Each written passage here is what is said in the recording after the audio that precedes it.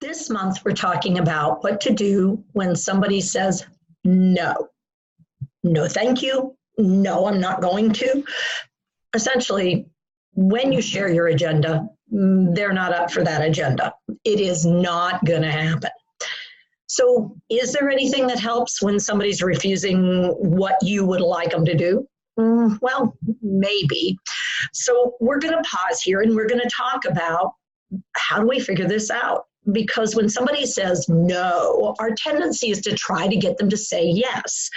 And instead, I would say the very first thing we want to do is step back, pause, time out, and figure out what does their no really mean? Because no just means I'm not wanting to do, going to do, I'm not what you want. So what we want to do now is figure out, well, what's that about? Is it a no, not right now, I'm already engaged in something else, or I'm anticipating something else, or I want to do something else? So it's a not now, a time-related no. Could it be, I don't think I need to do that. I actually don't want to do that. I don't like doing that. So it's an emotional reaction, no. And it comes from a place of, even though I said I don't think or I don't feel like I need to, it means from where I'm sitting, from where I'm standing, from my internal perception of me, my view of me, my awareness of me, I don't need to, I don't want to, or I don't like to. So we want to pay attention to not only what it is they're telling us about their no, but the intensity of their no. Because when somebody's in an I don't need to do that, then we probably are going to have to allow significant amount of time or deal with a significant amount of emotion in order to do anything about that no, other than respect it. Now, there's another kind of no, and it's no, I don't think so. And that one may be more, I don't know what it actually is you're asking me to do. I'm not familiar with it, or I don't know how to do it. I'm not sure I know how to do it. I don't know why I need to do that. Why would I need to do that? Or even, why are you involved in asking me about this thing? This is a private thing. This is an intimate thing. This is you shouldn't be asking me. I should be doing this. So it's something about maybe initiation or sequencing or appreciation for the value of something. So maybe we need to check and see what it is they're thinking versus what we're thinking about this thing we're doing. And maybe even there's a different one. And that one's, I'm afraid.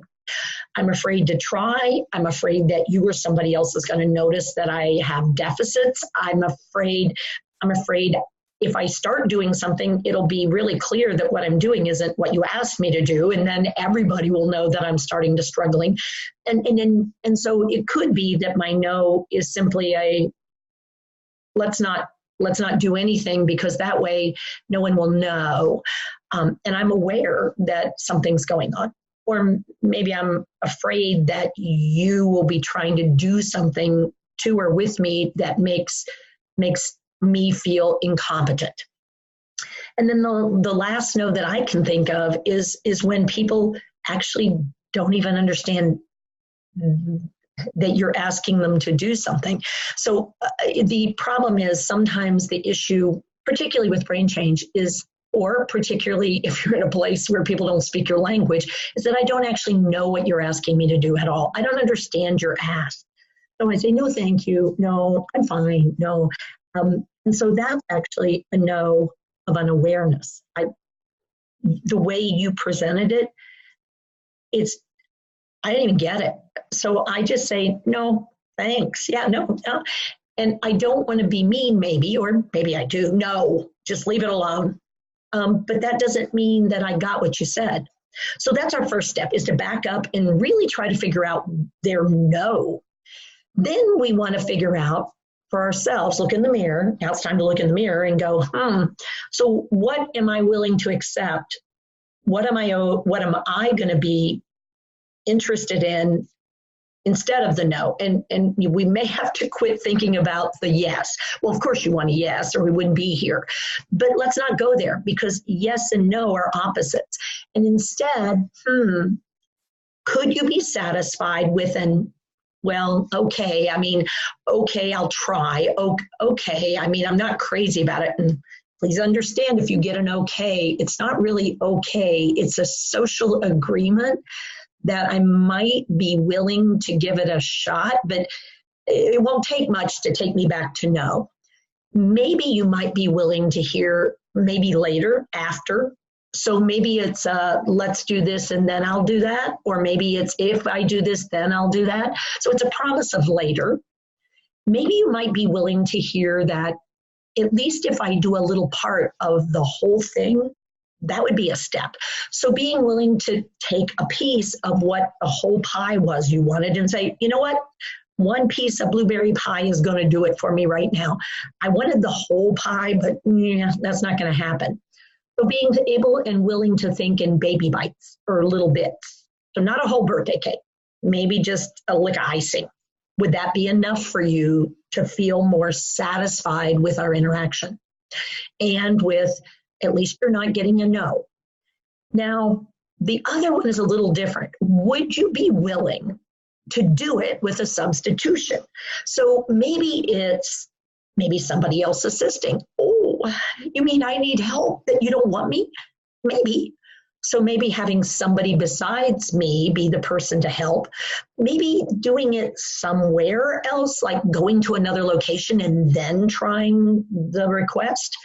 Maybe it's doing it in another way. Like maybe we're not sitting and talking about it. Maybe we're walking and talking, or maybe we're riding and talking, or maybe there's a total another way to do this. Maybe simply looking at what else we could do that would be similar or would result in some of the same goal achievements, but it's not the same thing. It doesn't feel like the same thing to the person who's saying no. So we come up with a couple of other options that are similar or related, but maybe not exactly where we wanted to go and what we wanted to do, but maybe it's a starter.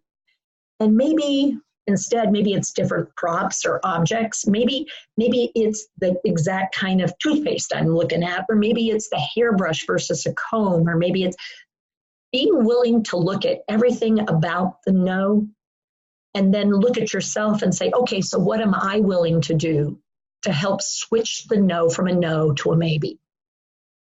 To a, okay, I'll try something. And maybe I haven't thought of everything. So being willing to look hard at what you are willing to accept rather than a yes.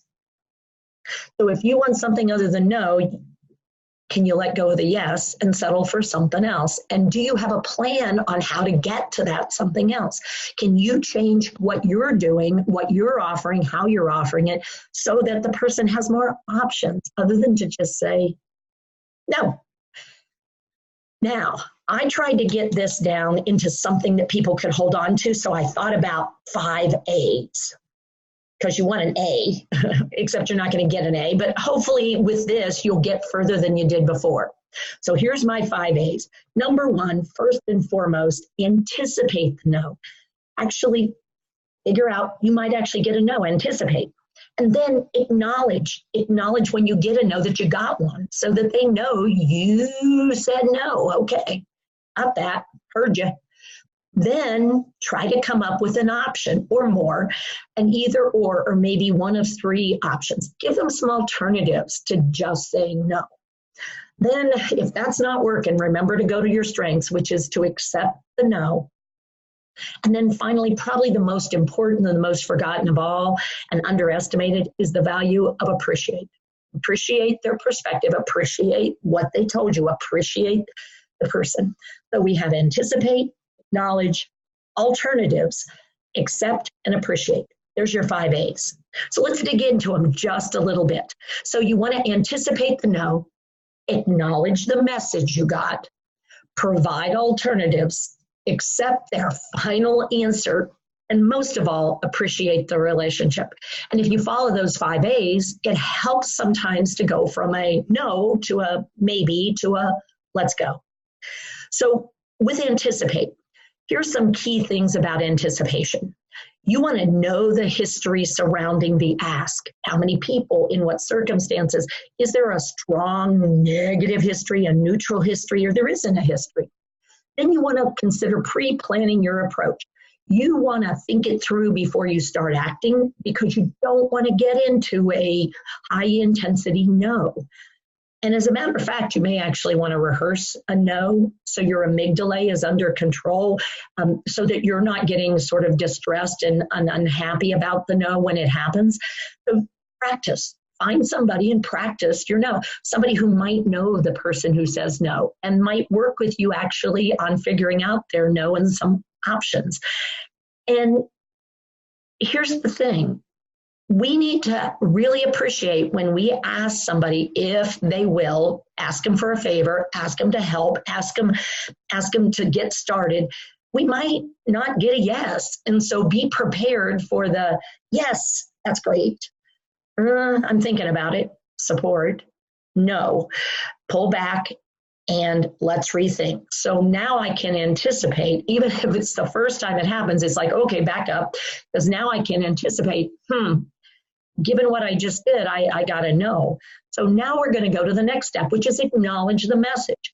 We need to say, no, boy, I'm sorry. So we may even want to add the sorry. We may want to reflect what we think we heard about their no. So you remember those reasons for no? You may want to go over to that one and say, big, strong no. So not even a maybe, big no. Is it because I'm the one asking or something else? Now see how I'm already starting to use some of our strategies that we use a lot? Yeah. We may also want to make sure we're matching the emotional value of the no. So if they said, no, thank you, you want to go, no, thank you. Not your cup of tea, huh?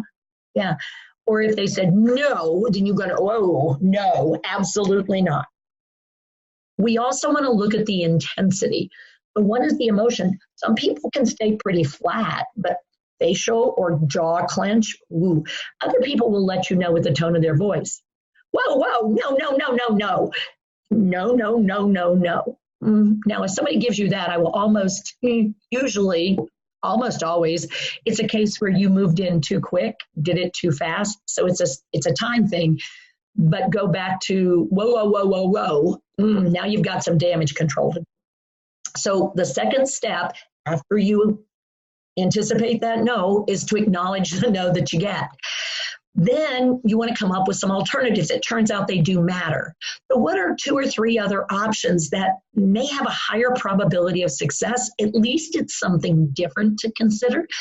Or maybe look at what a part of the engagement of the doing for this thing is the most vital. What's the most important?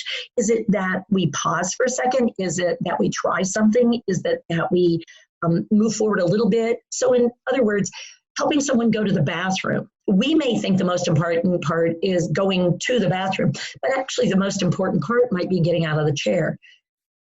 Because once we get them up and moving, things may change dramatically. But if they're sitting in the seat, we don't know exactly what's getting in the way. So maybe, we want to switch things around and really rethink what's step one. Sometimes we've got to be real willing to be able to give things up. So really think about what could we really give up in order to get to a key piece. So what am I willing to let go of? What am I willing to let happen the way it happens? And think about, can I ask you for a favor? Do we have a relationship that's strong enough that you might be willing to do something you don't like, don't want, don't even feel like you need to do because of our relationship? Now that means I had to work on our relationship, but alternatives do matter. Now, once we've got some alternatives and we offer them, if we do all that and we're still getting a no, then it's really important to accept. Final answer, no, absolute. They've told you no. Then what's really, really important for us is to be willing to let it go for now. We need to be willing to give ground. We don't want to give up on the person. We want to give up on the ask. And we want to look at future options, future alternatives. We also want to go back and maybe with somebody who knows the person well, or maybe just give ourselves some time and space to consider what could we have missed or underrated about their unmet needs, about their preferences. What did we overlook or what did we underrate that turns out is really important to this human being? Is it control? Is it connection? Is it objects? Is it space? Think about your 4S and your 4S for comfort. Think about the possibility of physical pain, emotional pain, or spiritual pain. Consider what they might not be able to pick up on, but maybe we should pick up on and share back in some way to see if we can help them figure out what it is that the big no is all about. Yeah. And then finally, this is probably the most important of all, regardless of what happens, whether you get a yes, a no, or a maybe. Appreciate the person. Thank you for trying. Thank you for talking to me. Thank you for working with me. Thank you for even listening to me ask. Thank them for the effort they made, but make sure you're really thankful. You have to be genuine and authentic. I appreciate your point of view. I know that you do not want somebody else in here doing this. And I know you said no. I heard you. I just really appreciate that we could even have an interaction. Yeah.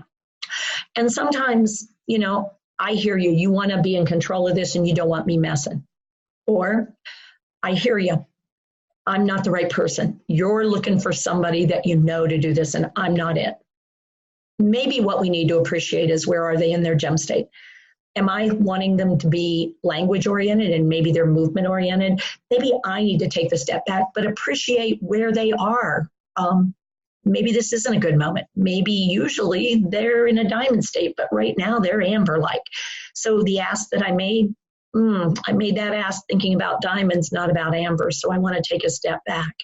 And I also want to appreciate the person. What is their unmet like, want, or need that's causing the no? Something is falling them off, telling them to say, And until I start to figure that out, if I move forward without a yes or without a maybe or without an okay, I'm increasing the risk that the next time I can anticipate this will be worse. So overall, I hope what I had to share today was an opportunity to think things through before we get into a no situation. And if we are in a no situation, being willing to back up and reconsider. Thank you for all you do. Thank you for the effort you take. And thank you for your willingness to maybe try something different when you hear a no. It's Teepa, and I'm trying to find a positive approach to care when somebody says no. I hope it helps. Take care.